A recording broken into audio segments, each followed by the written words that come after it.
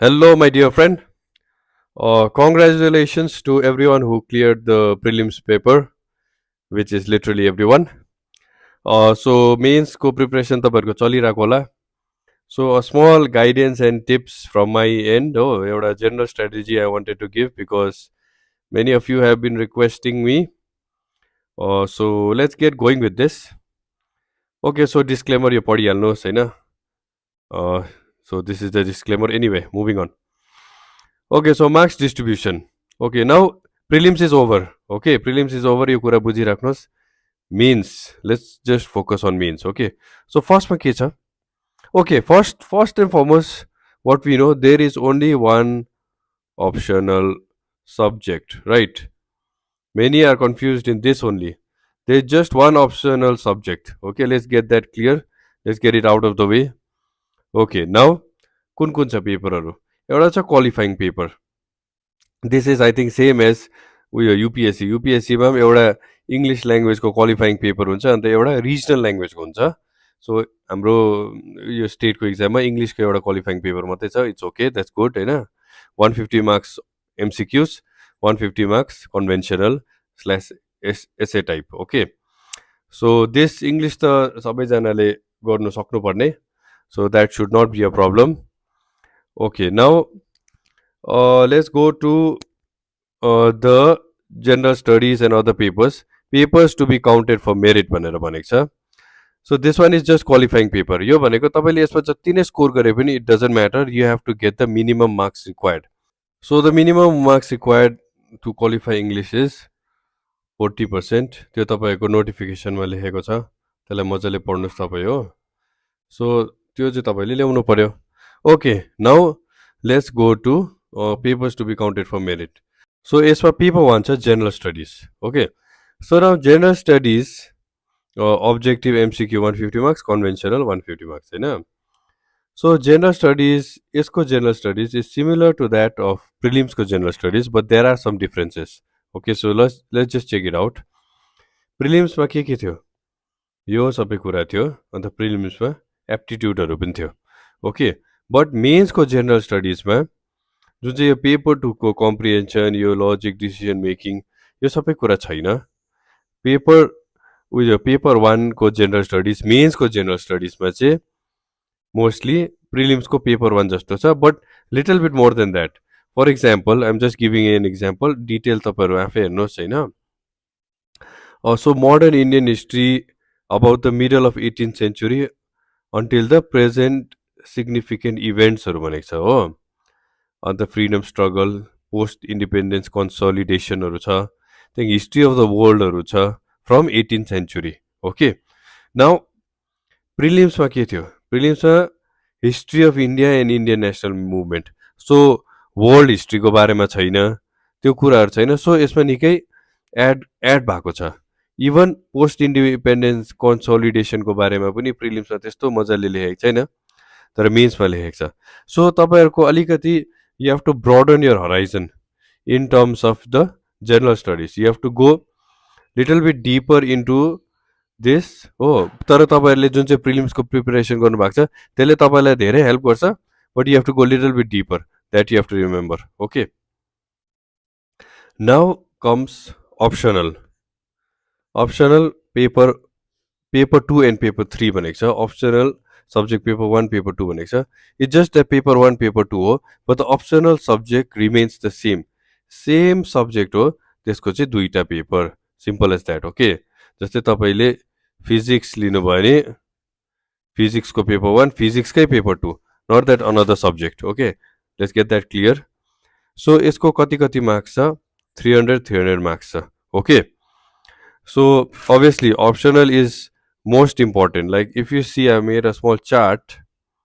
Yeah, so तपाईले यहाँ हेर्नुभयो भने you can clearly see optional subject is carrying 60% of the weightage. Okay, त्यहाँदेखि general studies is carrying 30%, interview is carrying 10%. So optional को importance त तपाईले यसबाटै बुझिहाल्नुहुन्छ. So this is for हाम्रो SPSC को exam. Now UPSC मा कस्तो हुन्छ? UPSC मा चाहिँ तपाईको optional carries 25%, जबकि general studies carries 49%. Okay, and then यसमा जेनरल स्टडिज 1 to 4 हुन्छ होइन, 1 to 4 हुन्छ। यसमा अप्सनल पेपर 1 एन्ड पेपर 2 मात्रै हुन्छ। एन्ड देन एसए क्यारिज 12%, एसएको हुन्छ एउटै मात्रै पेपर 250 मार्क्सको। एन्ड इन्टरभ्यू क्यारिज 14%, ओके, 275 मार्क्सको इन्टरभ्यू हुन्छ तपाईँको युपिएससीमा, युपिएससीको मेन्समा होइन, मेन्स एन्ड इन्टरभ्यू गरेर। So now those who are preparing for UPSC, you will have to slightly shift your focus because तपाईँको यो अप्सनलको वेटेज धेरै बढेको छ। सो अप्सनलको तपाईँले अलिकति त्यसलाई प्रायोरिटाइज गर्नु पर्यो। एन्ड देन योपालि के अलिकति सजिलो पनि भएको छ, साह्रो पनि भएको छ। You can look at it in 2 ways।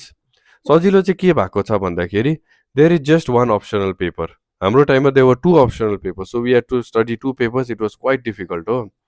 Now there's just one, so you just have to focus on one, and you have to focus on general studies, right? It's very simple. There are just 3 papers. English I hope सबैले सक्नु पर्ने, those who are serious candidates, right? So now अब के भएको छ नि, but what is the difficult part भन्दाखेरि now optional subject चाहिँ त्यो shallow लेभलमा पढेर भएन, some level of depth चाहिँ हुनु पर्यो। किन भन्दाखेरि पहिला 300 मार्क्स मात्रैमा त कति चाहिँ सोध्छ र के चाहिँ सोध्छ र यस्तो डरलाग्दो डिप होइन, तर 600 मार्क्समा धेरै कुरा सोध्नु सक्छ। Okay, so now an optional subject is going to be the deciding factor as to who get selected and all, so it is very very important. Okay, so just generally I wanted to say that. Now okay, now let's just talk briefly about what sources to refer to and all. So for English what you can do is English लाई completely neglect नगरेकै राम्रो, किनकि 40% त ल्याउनै पर्यो हो। So what you can do is this book I found in the internet, link will be there in the description, Amazon को where you can buy. So compulsory English को चाहिँ this previous 10 years को book रहेछ। So I think this should be more than sufficient, 10 years को तपाईँले अगर पढ्नुभयो भने, right? So you try this out and I think this will be more than sufficient। अन्त यसमा बेसी टाइम नदिँदा पनि हुन्छ। जस्ट सी द्याट अलिकति लेख्नु ओर्नु तपाईँलाई कम्फर्टेबल होस् होइन, सो द्याट मेन इक्जाममा तपाईँ त्यो सरप्राइज चाहिँ नहोस् यो कस्तो खालको क्वेसन आयो भनेर। Familiarity is important, right? And then yeah and in this juncture I just want to say I hope you won't repeat the same mistakes you did in the prelims, because all of you are watching this video, like be honest with yourself. How good was your prelims exam? Do you think you could have made it? Like, unless you अहिले सबैजना pass भयो, everyone got lucky, but do you think your performance was that good that you could have made the cutoff? You have to be honest with yourself, होइन? So there are some mistakes you all of you made, right? You were like practice राम्रो भएन, या कतिवटा timing राम्रो भएन, कतिवटा silly mistakes भयो, अब के पढेको थिएँ के आयो होइन। सो त्यस्तो सबै तपाईँहरूले फिल गर्यो। So now don't repeat the same mistakes. So previous year क्वेसन्समा चाहिँ प्लिज काइन्डली ध्यान दिनुहोस्। त्यसले चाहिँ तपाईँलाई के दुईवटा बेनिफिट हुन्छ भन्दाखेरि, नम्बर 1 बेनिफिट चाहिँ familiarity, the questions will be familiar, okay? Number 2, you can check your mistakes. What are the things you don't know? What are the concepts you are lacking? What is your shortfall? You know, so all that things you can know through previous year questions. Okay, so moving on. Okay, how to prepare for optional paper, which is the main crux of the matter. Oh, so optional paper ko lagi, this is the general strategy. It may not work for each and every subject, but this is a general strategy. First month, obviously, refer to the syllabus. Syllabus like मजाले हेर्नुस्, and research standard material used by UPSC aspirants. UPSC aspirants ले के standard material चलाउँदो रहेछ for that option. Suppose तपाईँ geography पढ्नु हुँदैछ भने इन्टरनेटमा हेर्नुस्, you will get enough होइन, उयो के भन्छ people telling के स्टडी गर्नु के न स्टडी गर्नु, so you will get an idea of the material. Then what you do is, जुन चाहिँ UPSC को प्रिभियस इयर क्वेसन्स आएको छ मेन्स इक्जामको, त्यसलाई एनालाइज गर्नुहोस्। त्यसको पनि किताब मोस्ट प्रब्ली पाउनुपर्ने, मजाले सर्च गर्नुहोस्, यु विल फाइन्ड। सो त्यो प्रिभियस इयर क्वेसन्स पनि हेर्नुहोस्, एटलिस्ट कमसे कम 5 years, प्रिभियस 5 yearsको त हेर्नुहोस् हो। कतिवटा क्वेसन रिपिट पनि हुनसक्छ, तर अब रिपिट हुन्छ भन्ने दाउमा चाहिँ नपढ्नुहोस्, तपाईँको प्र्याक्टिस हुन्छ, झन् मजाले अन्डरस्ट्यान्डिङ हुन्छ, त्यो सोचेर पढ्नुहोस् होइन। त्यहाँदेखि के गर्नुहोस् भन्दाखेरि एमसिक्युजको लागि नेट इक्जामको पनि क्वेसन्सहरू रेफर गर्नुहोस्, त्यो पनि प्र्याक्टिस गर्नुहोस्। त्यसले तपाईँको प्र्याक्टिस पनि हुन्छ, तपाईँको डेप्थ पनि बढ्छ। ओके, उयो सपोज जियोग्राफी भयो होइन, अब प्रिलिम्सको क्वेसन्स पनि नछोड्नुहोस्। Who knows the examiner might give some questions from prelims जियोग्राफीकै लागि होइन, किनकि सिलेबस त मोरलेस सेमै हो। So what will happen is यो प्रिलिम्सको युपिएससीको questions will give more preparation material for you, more practice material it will give you हो। सो यो पनि प्र्याक्टिस गरिराख्नुहोस्, केही नछोड्नुहोस् जति सक्दो होइन। Okay, so I had done a small poll in our group, in our like civil service 2017 को ग्रुपमा चाहिँ I had done a poll. So I had asked हुन्छ नि, what did you refer for SPSC को men's paper को लागि के refer गरेको थियो भनेर मैले मेरो साथीहरूलाई भनेको थिएँ। All of them are deputy secretary right now. Okay, so optional UPSC previous year mains questions of the corresponding subject. So suppose मैले अघि भनेको जस्तो जियोग्राफी आफ्नो अप्सनल हो भने त्यसको करस्पोन्डिङ युपिएससीको प्रिभियस इयर क्वेसन्स त्यो तीनजनाले रेफर गरेको रहेछ out of 11 people who voted. त्यहाँदेखि नेटको प्रिभियस इयर क्वेसन्स त्यसलाई पनि तीनजनाले रेफर गरेको रहेछ, I being one of them. And 5 जनाले चाहिँ दुइटै गरेको रहेछ, गट इट, नेट पनि गरेको रहेछ युपिएससीको पनि गरेको रहेछ 5 जनाले। And there is not a single person who has not refer to either UPSC or NET. सो तपाईँ सेलेक्ट हुनुको लागि युपिएससीको या नेटको या दुइटै चाहिँ तपाईँले रेफर गर्नै पर्यो। ओके, यो चाहिँ अब जसले सिभिल सर्भिस इक्जाम क्लियर गरिसकेको छ उनीहरूकोबाट फिडब्याक हो। Okay, so please keep this in mind, right. Okay, so how to prepare for general studies. So general स्टडिजको लागि अघि मैले ब्रिफली त भनिहालेँ। फर्स्टमा what you have to do, refer to the syllabus.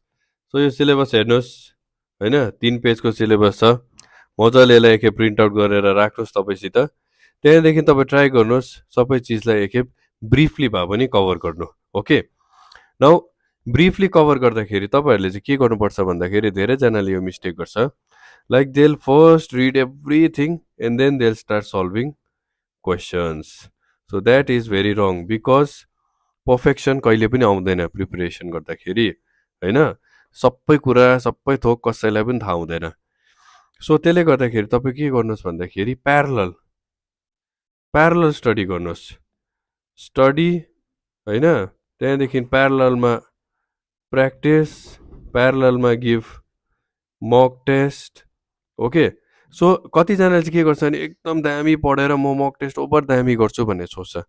C mock test is not the main exam हुन्छ नि, mock test is just for you to practise, it's giving you opportunity to make mistakes so that you won't repeat the same mistakes in the exam.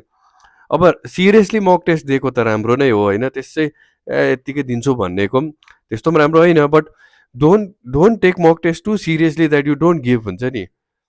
अब in the search of के म एकदम दामी दिन्छु भनेर चाहिँ तपाईँ मक टेस्ट दिँदै नदिनु, त्यस्तो पनि नगर्नुहोस्। तपाईँ स्टडी गर्नुहोस्, अलिअलि प्र्याक्टिस गर्नुहोस्, अलिअलि मिस्टेक हुन्छ फेरि मक टेस्ट गर्नुहोस्, त्यसमा मिस्टेक हुन्छ। अन्त जे तपाईँले मिस्टेक्स गर्नुहुन्छ नि त्यो तपाईँले मेन इक्जाममा बिर्सिनु हुँदैन। If you makes any kind of mistake you won't forget in the main exam. That's why study in parallel. Don't think कि first I will be perfect in this, then I will do this, then only I will do this. It's not like that, do it in parallel. That is a general guidelines I can give it to you. Okay, so this is it. This was a brief overview, and then if you guys have any questions and all, so you can post it in the comments.